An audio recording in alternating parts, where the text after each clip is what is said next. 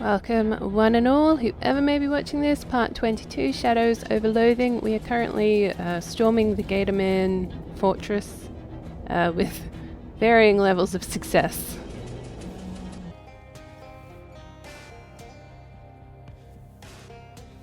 You found the key? I think so. It's kind of weird though. Yeah, I don't like the looks of that at all. I bet dollars to donuts that's the artifact we're looking for. It could possibly be the key to this random Gatorman cage in the middle of nowhere there, could it?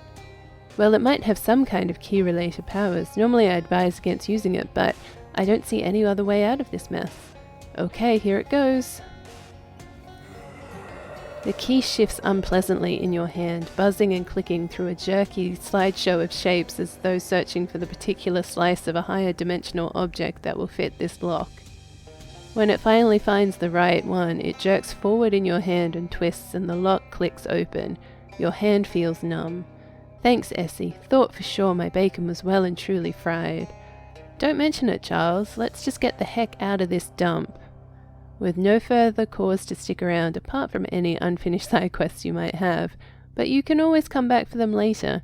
You escort Charles back to town. Let's go. Essie, you found the cursed artifact and brought Charles back home safely. I can't express how grateful I am. I don't know what we'd do without him. Thank you so much. Aw, it was nothing, but you know. Yeah, I get it. Don't forget to uncurse that thing before you go to bed. This key seems like it has to power to open any lock. Whoa, that sentence does not make sense. Shouldn't it be, this key seems like it has the power to open any lock? That could be extremely useful. Would it really be all that bad if I didn't uncurse it?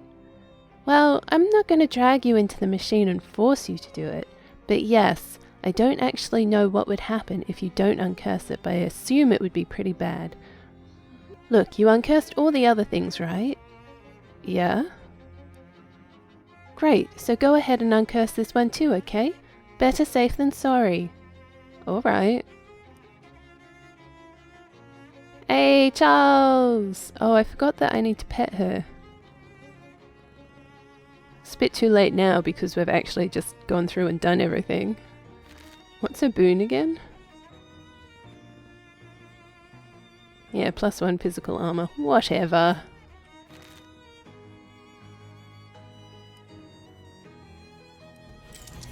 The key jumps up to the roof of the dome and sticks there, shaking and keening. That's the sound keys make, against the metal.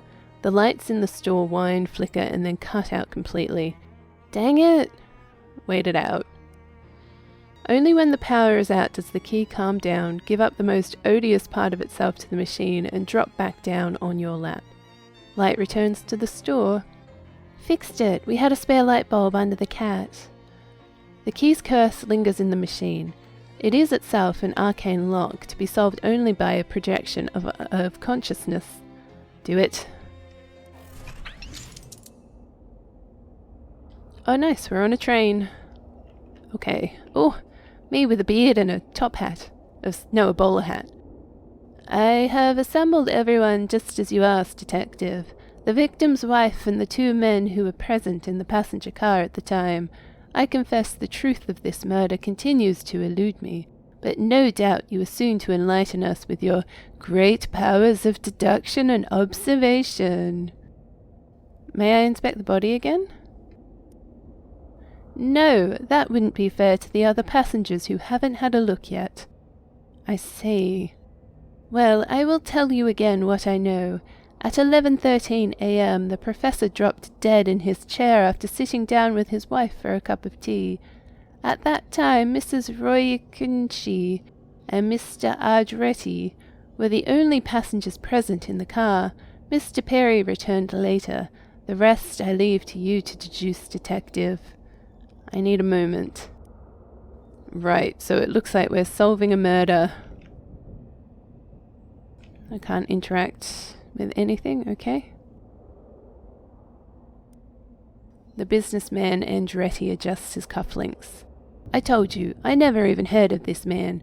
I know of Bergerworth College, of course. It's an excellent institution, but I didn't know he was a professor there. Now, come on, let's not delay our journey further. I am travelling with 19 suitcases of exotic rubber to make new and exciting wheels at the factory.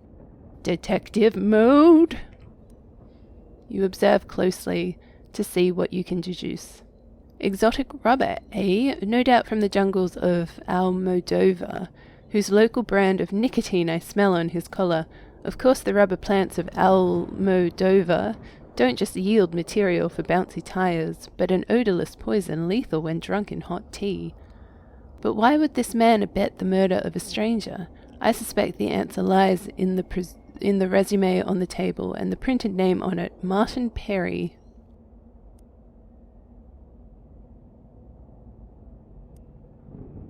The widow Ryo Kenshi, I apologize, that's going to be pronounced terribly, dabs her eyes with a handkerchief embroidered with the words, mourning rags and wipes. A moment's privacy, please, detective. I had nothing to do with my husband's death and no reason to want him gone. He was a kind man and not a rich one. Everything he made he spent on the roulette tables. He owed over 700 of them. He owned.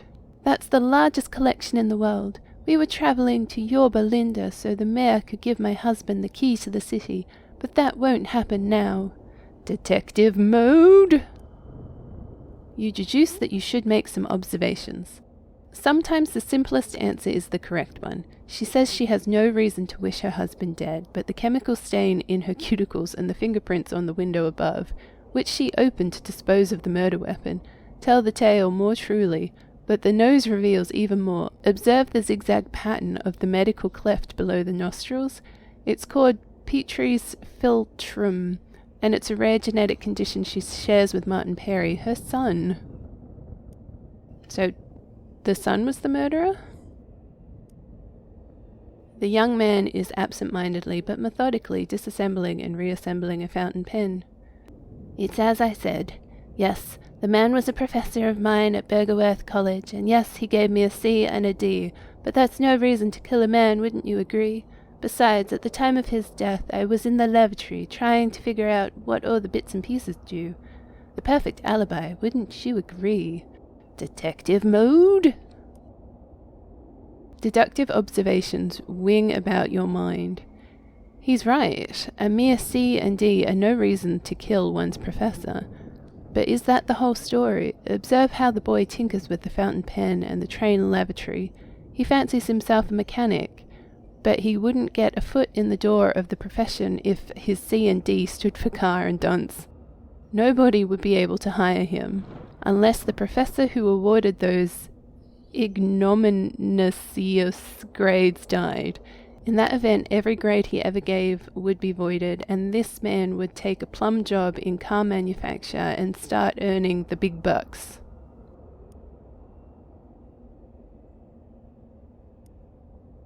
Yes, detective. Have I solved this murder? Poisoned? A giant dog.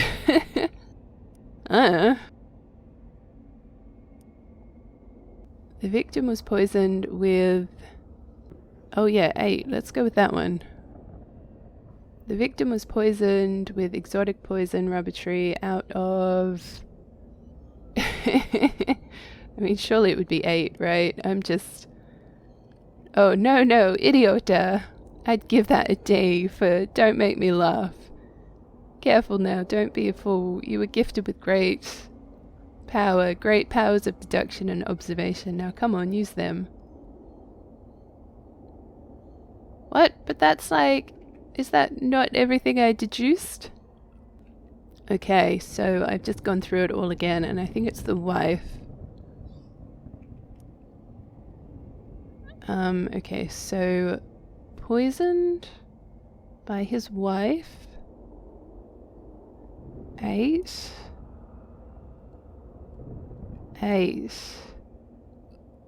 Nice, okay, so let me read this.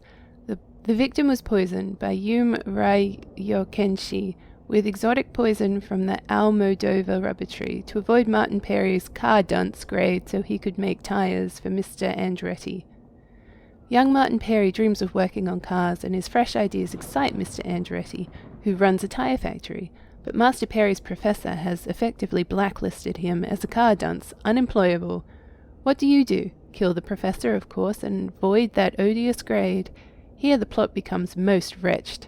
Master Perry's mother, Yume Ryokenshi, marries the professor and arranges for him to be present on the very same train as Master Perry and Mr. Andretti, who supplies an undetectable poison administered by Miss Ryokenshi.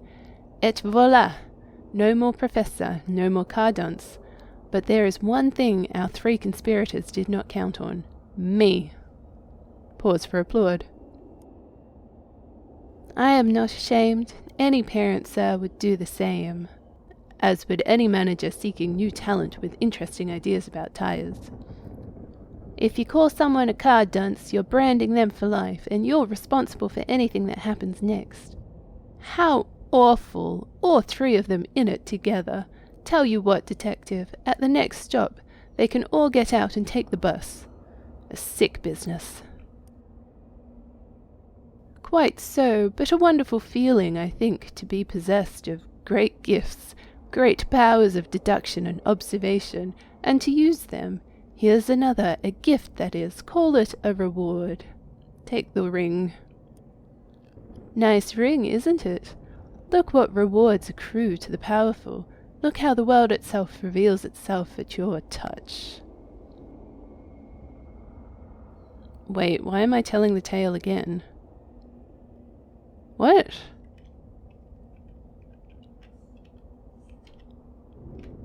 Is that not correct? Okay, apparently we need to pester the conductor.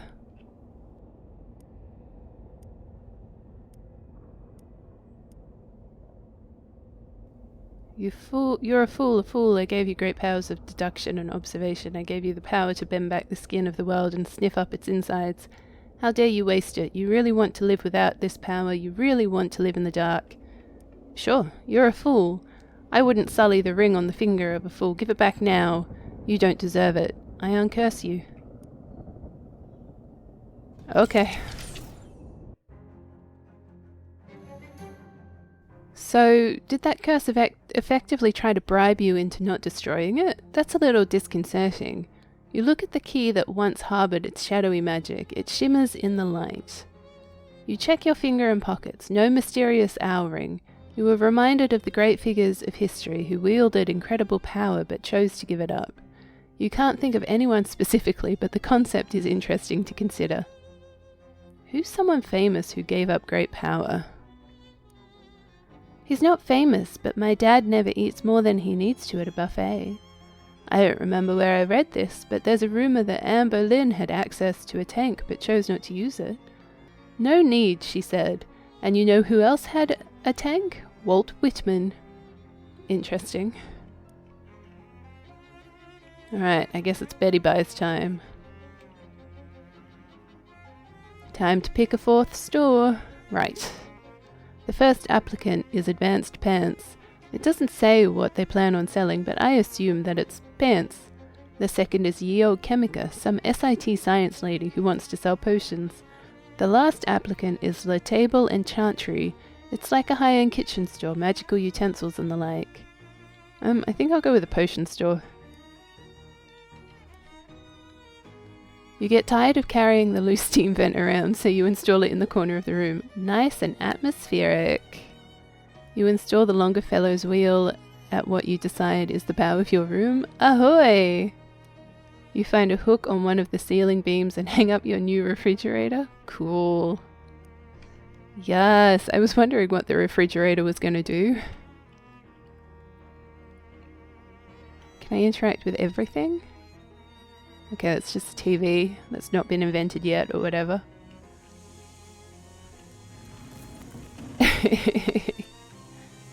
Oh, and I can't do anything with the vent. Someone's given you a nightstand. There's a briefcase and a note on top of it. The note reads, Essie, the quality of your work at the distillery has been noted as excellent. We will contact you in a telephonular manner with further opportunities. DT. Briefcase full of meat. Honest work for dishonest pay. Right, I guess I have to open it. I kind of forget that that's a thing. Nice! Oh, I can splurge on so many things.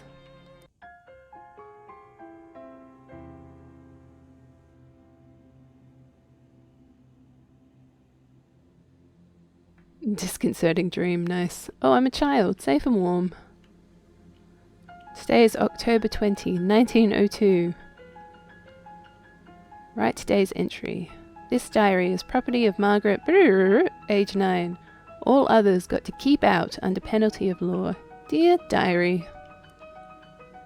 Yesterday our dog Daisy died. Papa said it was bound to happen because she was older than me, which isn't old for a kid, but is really old for a dog. He said we'll get a new dog soon, but I was sad anyway. Some birthday. At school today, the teacher asked what we would want to be when we grow up. I said I'll be God, because then I can make sure all the dogs live a long time and are always happy. Everyone laughed, and that jerk Billy Grisbly said a girl can't be God. So I said I'll be president instead, because that's nearly as good. He said a girl can't be president either. Well, I'll show him. I'm going to make all kinds of laws about being nice to dogs, and I'll make being a jerk illegal so Billy Grisbly goes to jail and can't eat nothing but bread and water forever. So there. Oh, okay, we've moved on. Ocean City paperwork. Oh, look at your hat, dude. Poindexter, your insufferable bean counter. See what he wants this time. What is it, Terence? Madame Comptroller, I merely need your signature on these budget revisions. With this, the remainder of funds currently allocated to municipal services will be redirected to your shadow presidential campaign and your other projects. That sounds a bit obvious. Rest assured, I am only sparing you the details, which you have made quite clear to me that you find intolerably boring. The transactions will be meticulously obscured through shell corporations, cut-offs, offshore accounts, and the likes. Alright, good. You better not be skimming more off the top than I'm willing to ignore. Certainly not, Madame Comptroller. Sign the documents. Jeez, I'm an angry person. It's time to record the announcement of your candidacy for Shadow President. Okay, do it. Alright, attention peons. Oh, jeez, don't call them peons, ma'am. And, please try for less totalitarian tone generally. Right. So, something like, my fellow citizens. My fellow citizens, good evening. I am Margaret. That's weird. The levels went all funny when you said your last name. Don't worry about it. Hereby announce my candidacy for Shadow Presidency. Vote for me or else. Nope. Sorry, ma'am. Nope. Start out by explaining who you are. Most of them probably don't pay much attention to local politics. Alright. In my role as Ocean City's comptroller, I have made it my mission to... Number 3. Beautiful. Eliminate waste and graft the city's finances. And I am proud to say that I have been completely successful through my program of shutting down needlessly wasteful civic programs, thereby reserving your valuable taxpayer meat for the things that actually matter. Things like family, prosperity, and freedom. Perfectly meaningless. Love it. Okay, just call to action to top it all off and we're done. A vote for me is a vote for you. Oh, that's great. Just perfect. Good, is that all? Yeah, we'll add all the legal, this message, blah blah blah, campaign for Shadow President stuff in post. Great, I'm out of here. Ugh, time travel makes my guts itch. Oh, look at her hair. Jeez.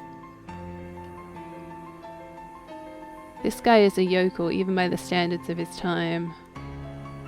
Mayor Burby, I presume? Yes. Who are you? I'm here to speak to you about Crystal Dream Valley Dam project. I want you to make the dam bigger, and much more powerful. Here are some revised plans. A dam this large would flood the valley and displace hundreds of people. And besides, the dam, as planned, will provide a perfectly adequate amount of power. Why would we need to make it bigger? How about a handshake agreement? What? I don't even know who you are. You want me to agree to this on the basis of a handshake? Specifically, I'm offering you the chance to shake hands with the handle of this large briefcase filled with meat. Oh, Well now, yes. Yes, I think this new plan is quite viable. Good. I think we're playing as Dark Noel. This desk is carved from a single block of tedium, the raw element form of boring work. There's a sheep in your office. What the hell? It turns out that a lot of the president's time is spent on ceremonial garbage that nobody actually cares about. Case in point, pardoning the Thanksgiving turkey. None of your aides know what a turkey looks like, apparently. Bah! Pardon the damn thing anyway. Your desk covered in policy documents, both benevolent and malign. There's a note here about going back in time and making the Crystal Dream dam bigger. Gotta get on that eventually. Your ridiculous court wizard isn't taking the situation seriously. Give me a progress report on the SIT thing. Have you taken care of the problem yet? Oh, it's so dreary and unfestive there. All that math and science. It isn't holy or jolly.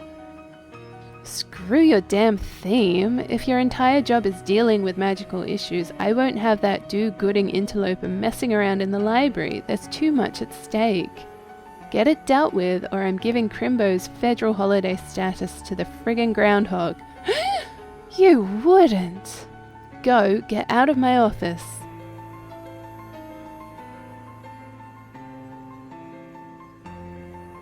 Some dumb jock kid you have to give a presidential fitness award to. Hey kid, how's it going? Hi. Brilliant. Alright, by the power invested in me as the shadow president, here's an award for being able to climb a rope faster than most other kids, which is definitely important, and this is a great use of my time. Thanks. Do I give a speech? Whatever, I'm out of here.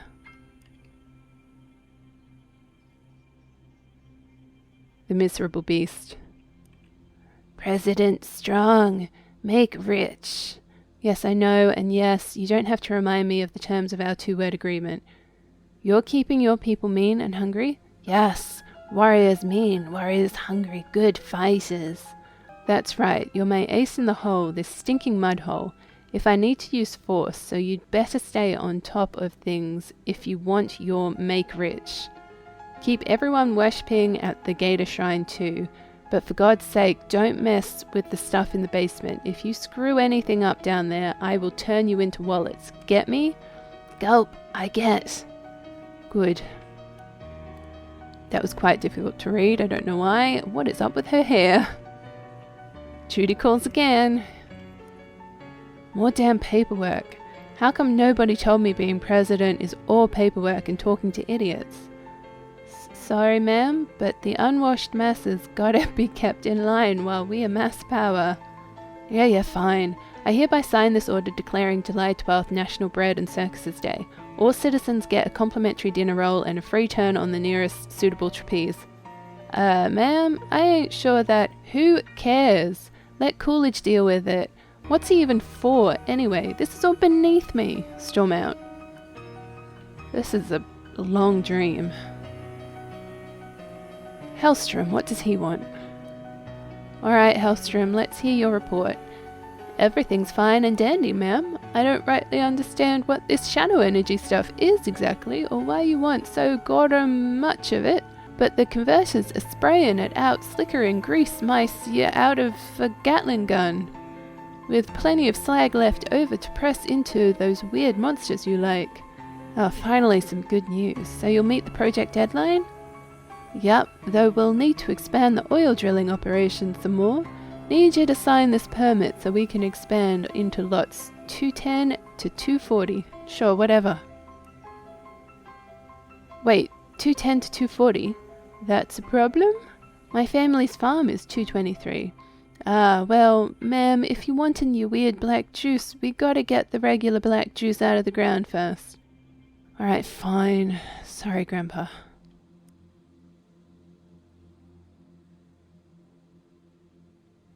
Ooh, I thought this was the dream that would never end.